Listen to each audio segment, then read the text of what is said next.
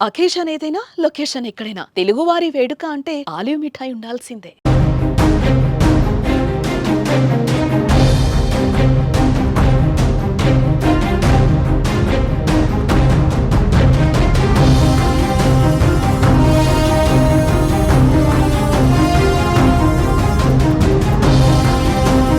దేశం కోసం ప్రాణాలు అర్పించిన వీర జవాన్ మురళీ నాయక్ని కడసారి చూసేందుకు జనం భారీ ఎత్తున తరలి వస్తున్నారు.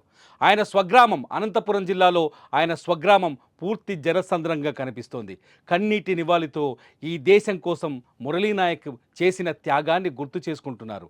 దాదాపు 1,00,000 మంది వరకు మురళీ నాయక్ అంత్యక్రియలకు హాజరయ్యారు. దేశ సరిహద్దుల్లో ప్రాణాలు కోల్పోయిన మురళీ నాయక్ వీరమరణం తీవ్ర విషాదాన్ని నింపింది. ఆయన స్వగ్రామం సత్యసాయి జిల్లా కల్లితండ కన్నీరు పెడుతోంది. ఆదివారం మురళీ నాయక్ అంత్యక్రియలు కావడంతో సమీప గ్రామాల ప్రజలే కాదు, చుట్టుపక్కల జిల్లాల నుంచి కూడా తరలివచ్చి వీర జవాన్కు నివాళులర్పిస్తున్నారు.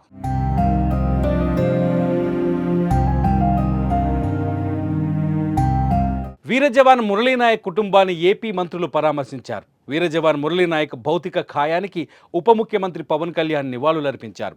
అనంతరం మురళీ నాయక్ కుటుంబాన్ని పవన్ పరామర్శించి అతని తల్లిదండ్రులను ఓదార్చారు. ధైర్యంగా ఉండాలని కోరారు.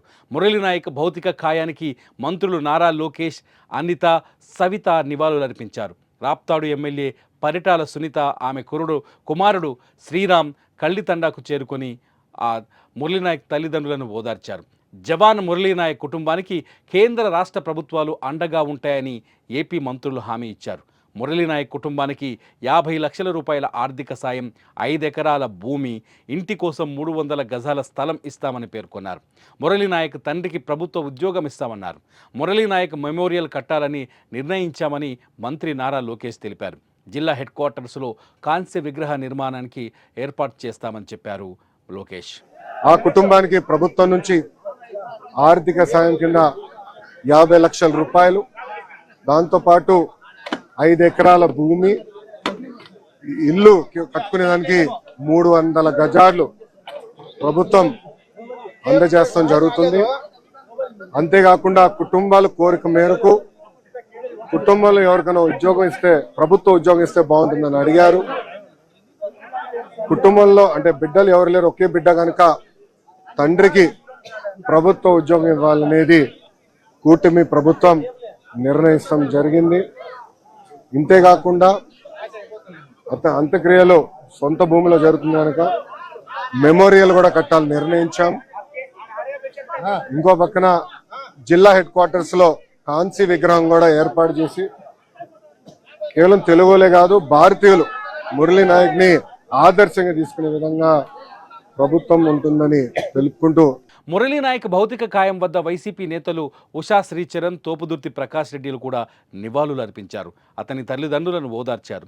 యుద్ధంలో మురళీ నాయక్ చూపించిన తెగువ, ఆయన త్యాగం దేశంలోని ప్రతి పౌరునికి స్ఫూర్తినిస్తుందన్నారు. ఆయన కుటుంబానికి పార్టీ అండగా ఉంటుందన్నారు. ఈ నెల 13న జగన్ కల్లితండాకు వచ్చి మురళీ నాయక్ కుటుంబాన్ని పరామర్శిస్తారని వాళ్ళు ప్రకటించారు.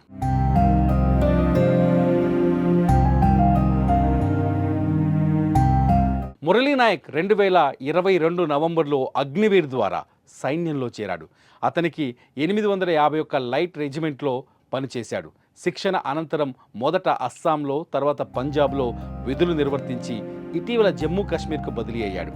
ఇటీవల సరిహద్దుల్లో నెలకొన్న ఉద్రిక్త పరిస్థితుల నేపథ్యంలో దేశం కోసం ధైర్యంగా పోరాటం చేశాడు మన మురళీ నాయక్. ఈ పోరాటంలో వీర మరణం పొందాడు. మే 9వ తేదీన తెల్లవారుజామున 2 గంటల సమయంలో మురళీ నాయక్ ప్రాణాలు ఈ దేశం కోసం అర్పించాడు. తన రక్తాన్ని చిందాడు. పాకిస్తాన్ వైపు నుండి జరిగిన భారీ షెల్లింగ్లో మురళీ నాయక్ తీవ్రంగా గాయపడగా అతని ఆసుపత్రికి తరలించే క్రమంలోనే ఈ దేశం కోసం తుది శ్వాసను విడిచాడు మురళీ నాయక్. శనివారం సాయంత్రం ముందుగా బెంగళూరు ఎయిర్పోర్టుకు మురళీ నాయక్ పార్థివ దేహం చేరుకుంది. అక్కడి నుంచి శ్రీ సత్యసాయి జిల్లా గోరంట్ల మండలం కల్లితండాకు వీర జవాన్ మురళీ నాయక్ పార్థివ దేహం చేరుకుంది. గుమ్మయ్య గారిపల్లి నుంచి కల్లితండ వరకు దాదాపు 300 వాహనాలు, ప్రభుత్వ అధికారులు, ప్రజా ప్రతినిధులు, వేలాది మంది ప్రజలతో ఘన నివాళి అర్పించారు. మురళీ నాయక్ అమర్ రహే అంటూ నినాదాలు చేస్తూ జవాన్కు తమ తుది వీడ్కోలు పలికారు.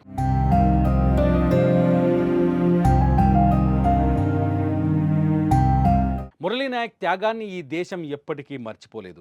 మురళీ నాయక్ వీరత్వాన్ని ఈ దేశం స్ఫూర్తిగా తీసుకుంటుంది.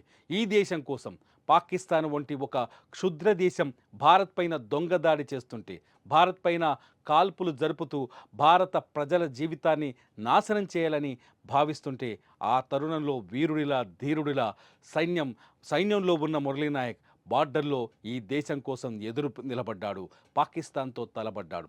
ఈ ప్రాణం పోయినా సరే నా దేశంలోకి పాకిస్తాన్ ముష్కరులను చొచ్చుకురానివ్వనంటూ ఈ దేశం కోసం తన వీరత్వాన్ని ప్రదర్శించాడు మురళీ నాయక్. మురళీ నాయక్ చిన్నప్పటి నుంచి దేశభక్తి ఎక్కువ. ఒక తండాలో పుట్టినప్పటికీ, ఒక గిరిజన కుటుంబంలో పుట్టినప్పటికీ మురళీ నాయక్కి ఈ దేశం అంటే ప్రేమ, ఈ దేశం అంటే ఎంతో ఇష్టం. అందుకే తను చదువుకున్న తర్వాత కేవలం 23 ఏళ్ల వయసు మాత్రమే మురళీ నాయక్ది. ఉద్యోగం కోసం కాదు, ఈ దేశం కోసం నేను పోరాడుతానంటూ మురళీ నాయక్ అగ్నివీర్ ద్వారా సైన్యంలో చేరాడు. మురళీ నాయక్ తల్లిదండ్రులకు ఒకే ఒక్క కొడుకు. తన ఒక్క కొడుకుని ఎంతో ప్రేమగా అల్లారుముద్దుగా పెంచుకున్నారు మురళీ నాయక్ తల్లిదండ్రులు. అతన్ని వేరే ప్రాంతానికి ఊరు దాటనివ్వడానికి కూడా ఇష్టపడని ఆ తల్లిదండ్రులు, తను చదువుకునే వయసులో, తన చిన్నగున్న వయసులో కనీసం పక్కూర్లో నిద్రించిన భరించలేని ఆ తల్లిదండ్రులు ఈ దేశం కోసం నేను యుద్ధం చేస్తాను, ఈ దేశం కోసం నేను కాపలాకు వెళుతాను, ఈ దేశ పౌరులను రక్షించే బాధ్యత నేను మోస్తానంటూ మురళీ నాయక్ బయలుదేరుతున్నప్పుడు ధైర్యంగా అతన్ని సైన్యం వైపు నడిపించారు అతని తల్లిదండ్రులు. మురళీ నాయక్ మరణం ఎప్పటికీ జీర్ణించుకోలేనిది ఆ తల్లిదండ్రులకు. ఎందుకంటే ఒక్కగానొక్క కొడుకు మురళీ నాయక్, ఒకే ఒక్క కొడుకు. తమ బిడ్డ ఈ దేశం కోసం ప్రాణాలు అర్పిస్తే ఆ తల్లిదండ్రులు కన్నీరు కారుస్తుంటే తెలుగు వాళ్ళు ప్రతి ఒక్కరూ కంటతడి పెట్టుకుంటున్నారు. ఈ భారతదేశం మొత్తం మురళీ నాయక్కి నివాళి అర్పిస్తోంది.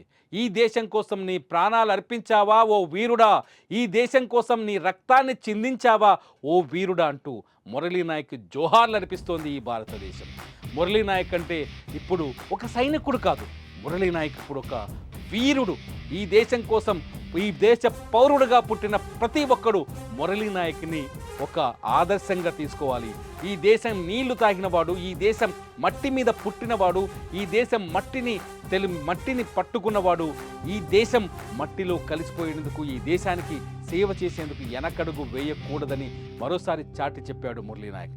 మురళీ నాయక్ చరిత్ర 23 ఏళ్ల వయసులోనే మురళీ నాయక్లో ఉన్న దేశభక్తి, 23 ఏళ్ల వయసులోనే మురళీ నాయక్లో కనిపించిన స్ఫూర్తి, 23 ఏళ్ల వయసులోనే మురళీ నాయక్ ప్రదర్శించిన వీరత్వం, ధీరత్వం ఈ దేశం ఉన్నంతకాలం, ఈ పంచభూతాలు ఉన్నంతకాలం, ఈ దేశం సుభిక్షంగా, ప్రశాంతంగా, శాంతియుతంగా ఉన్నంతకాలం ఈ దేశం అతన్ని గుర్తుంచుకుంటుంది.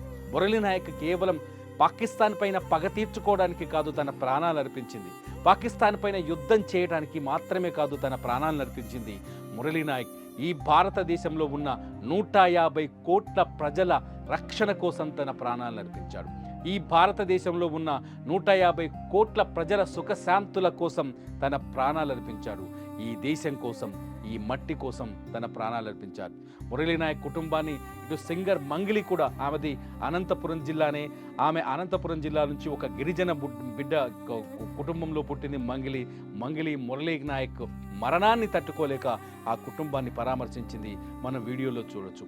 మురళీ నాయక్ పార్థివ దేహాన్ని తమ మొబైల్లో రికార్డు చేసుకొని ఈ తన బిడ్డలకి, తమ భవిష్యత్ తరాలకి స్ఫూర్తిని నింపేందుకు అనేక మంది తమ మొబైల్ ఫోన్లలో మురళీ నాయక్ పార్థివ దేహం, మృతదేహం వీడియోల్ని రికార్డ్ చేసుకుంటున్నారంటే మురళీ నాయక్ ఒక స్ఫూర్తి ఏ స్థాయిలో ఈ ప్రజలు అర్థం చేసుకుంటున్నారో మనం ఒక్కసారి ఆలోచించాలి.